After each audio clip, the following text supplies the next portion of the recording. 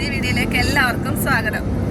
ഞങ്ങളിപ്പോൾ എല്ലാവരും കൂടെ ഒരുങ്ങി ഇറങ്ങിയിരിക്കുന്നത് മാംഗ്ലൂരുള്ള പിലിക്കുള ബയോളജിക്കൽ പാർക്കിലേക്കാണ്. പൂജവെപ്പിൻ്റെ അവധി ദിവസങ്ങളാണ് കേട്ടോ. അപ്പോൾ അടുത്ത് എവിടെയെങ്കിലും മക്കളെ കൂട്ടി കറങ്ങാനൊക്കെ ഇറങ്ങണമെന്ന് തീരുമാനിച്ചിട്ട് ഞങ്ങൾ ഗൂഗിളിൽ സെർച്ച് ചെയ്തപ്പോൾ കണ്ടുപിടിച്ചതാണ് ഈ ഒരു സൂവിനെ പറ്റിയിട്ട്. ഏതാണെന്നൊന്നും അറിയത്തില്ല, എല്ലാം അവിടെ ചെന്നിട്ട് കാണാം. അപ്പോൾ നമുക്ക് ഗൂഗിളിനോട് ചോദിച്ച് പോവാം. റെഡിയാണോ?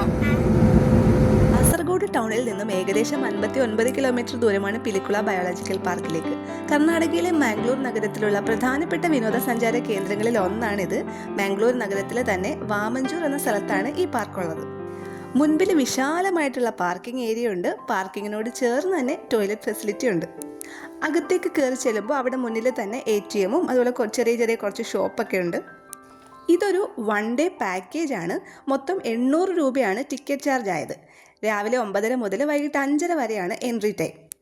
ഈ പാക്കേജിൽ ഉൾപ്പെടുന്നത് science centre, biological park, Gutthumane and artisan village, lake garden, botanical museum. പോകാനുള്ള സ്ഥലങ്ങളുടെ എല്ലാം റൂട്ട് മാപ്പ് ഇവിടെ കാണിച്ചിട്ടുണ്ട്. ഈ ഒരു ഇലക്ട്രിക് കാർട്ടിലാണ് നമ്മളെ ഇവിടുന്ന് എല്ലായിടത്തേക്കും കൊണ്ടുപോകുന്നത്. എല്ലാം ഒരേ കുടക്കീഴിൽ നിന്ന് പറയുന്നത് പോലെയാണ് കേട്ടോ ഇവിടുത്തെ കാര്യം. ശാസ്ത്രം, പരിസ്ഥിതി, പൈതൃകം, വിനോദം തുടങ്ങി എല്ലാം ഒറ്റ ദിവസം കൊണ്ട് ഈ ഒരു പാർക്കിൽ നിന്ന് നമുക്ക് ആസ്വദിച്ചിട്ട് തിരിച്ചു പോകാം. സത്യത്തിൽ ഒറ്റ ദിവസം കൊണ്ട് ഇതെല്ലാം കണ്ടു തീർക്കാൻ പറ്റുമോ എന്നുള്ള കാര്യം അറിയത്തില്ല, എങ്കിലും നമുക്ക് പോയി നോക്കാം. ആദ്യം തന്നെ ഞങ്ങൾ പോയത് സൂവിലേക്കാണ് കേട്ടോ. ഏക്കറുകളോളം പരന്നു കിടക്കുന്ന സൂവിൽ ആയിരക്കണക്കിന് വ്യത്യസ്ത തരത്തിലുള്ള പക്ഷികളെയും മൃഗങ്ങളെയും ഒക്കെ കാണാൻ പറ്റും. റോഡുകളൊക്കെ നന്നാക്കിയതോടുകൂടി മംഗലാപുരത്തേക്കുള്ള യാത്രയും വളരെ ഈസി ആയിട്ടുണ്ട്. കാസർഗോഡ്, കണ്ണൂർ ഭാഗത്തൊക്കെ ഉള്ളവർക്ക് പെട്ടെന്ന് ഇവിടെ എത്തിച്ചേരാനായിട്ട് പറ്റും. പ്രത്യേകിച്ച് നമ്മുടെ മക്കളായിട്ടൊക്കെ ഒരു 1 ഡേ ഔട്ടിങ്ങിന് പറ്റിയിട്ടുള്ളൊരു സ്ഥലമാണ് കേട്ടോ ഇത്.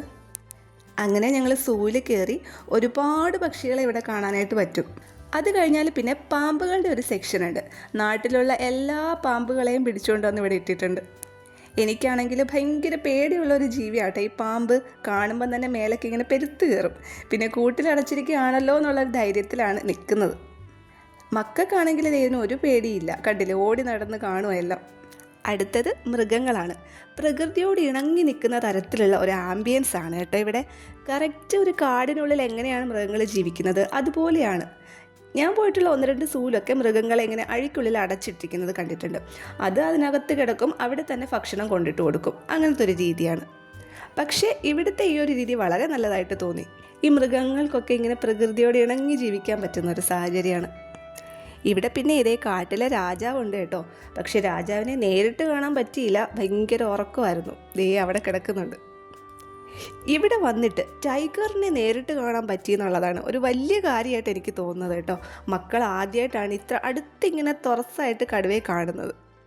അതിൻ്റെ സന്തോഷം ഒന്നും പറയണ്ട. ഞങ്ങളെല്ലാം ഭയങ്കര സൈലൻ്റായിട്ട് ഇങ്ങനെ നിൽക്കുക കേട്ടോ അതിനെ കാണാനായിട്ട്.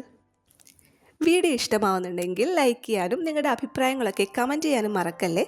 അതുമാത്രമല്ല, ചാനൽ സബ്സ്ക്രൈബ് ചെയ്യാതെയാണ് കാണുന്നതെങ്കിൽ ദയവായിട്ട് സബ്സ്ക്രൈബ് ചെയ്തും കൂടി ഞങ്ങളെ ഒന്ന് സപ്പോർട്ട് ചെയ്യണേ. മയിലും ടൈഗറും അടുത്തടുത്ത് നോക്കിയതോ ടൈഗർ പോന്നു. ഇവിടെ മയില്.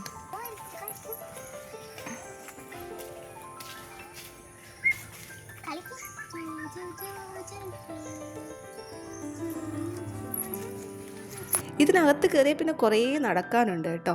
കുറച്ച് കഴിഞ്ഞപ്പോഴത്തേക്കും ഭയങ്കര മഴ പെയ്തു. ഞങ്ങളുടെ കയ്യിൽ പിന്നെ കുടയും കാര്യങ്ങളൊക്കെ ഉണ്ടായതുകൊണ്ട് വലിയ കുഴപ്പമില്ലാതെ പോയി. ഇവിടെ ഇത് മാത്രമല്ല, ലയൺ, ഹിപ്പോ, കാട്ടുപോത്ത്, കുറുക്കൻ, മുതല, അങ്ങനെ ഒട്ടുമിക്ക വന്യമൃഗങ്ങളെയും കാണാൻ പറ്റും. പിന്നെ മഴയായതുകൊണ്ട് കൂടുതലങ്ങ് വീഡിയോ എടുക്കാനായിട്ട് പറ്റിയില്ല, അതേ ഉള്ളൂ ഒരു പ്രശ്നം. സൂയിൽ നിന്ന് പുറത്തോട്ടിറങ്ങുന്ന മെയിൻ ഗേറ്റിനടുത്ത് ഒരു ചെറിയ കടയുണ്ട്. അവിടുന്ന് നമുക്ക് വേണമെങ്കിൽ അത്യാവശ്യം സ്നാക്സും വെള്ളമൊക്കെ വാങ്ങിക്കാം. സൂ കണ്ടു കഴിഞ്ഞപ്പോഴേക്കും നമ്മുടെ പ്ലാനറ്റേറിയത്തിലെ ഷോ തുടങ്ങുന്ന സമയമായി. അങ്ങനെ പിന്നെ അവിടെ കയറി പുറത്തു നിന്നൊരു 3D ഗ്ലാസ് ഒക്കെ തന്നിട്ടാണ് അകത്തേക്ക് കയറ്റി വിടുന്നത്. ഭയങ്കര വലിയ സ്ക്രീനൊക്കെയാണ് കേട്ടോ അകത്ത്. 360 ഡിഗ്രി സ്ക്രീനാണ്. ഇവിടെ ഇപ്പം വരുന്നതിന് തൊട്ട് മുമ്പ് വരെ പ്ലാനറ്റേറിയം എന്ന് കേൾക്കുമ്പോൾ എൻ്റെ മനസ്സിലോടി വരുന്ന ഒരു ഓർമ്മയുണ്ട് കേട്ടോ. അത് ഞാൻ പറയാം.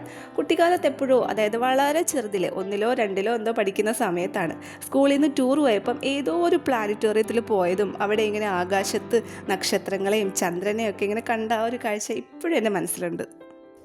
ഇതിപ്പോൾ എൻ്റെ മക്കൾക്കും വളരെ നല്ലൊരു എക്സ്പീരിയൻസ് ആയിരുന്നു. അവിടുന്ന് പുറത്തിറങ്ങിയ പിന്നെ ചെറിയൊരു ഗാർഡൻ ഏരിയ ഉണ്ട്. പാർക്ക് എന്ന് പറയാൻ പറ്റത്തില്ല. ഇവിടെയും സയൻസുമായിട്ട് ബന്ധപ്പെട്ട കുറച്ച് കാര്യങ്ങളൊക്കെയാണ് കേട്ടോ ഉള്ളത്. നെക്സ്റ്റ് ഞങ്ങൾ കയറിയത് സയൻസ് സെൻറ്ററിലാണ്.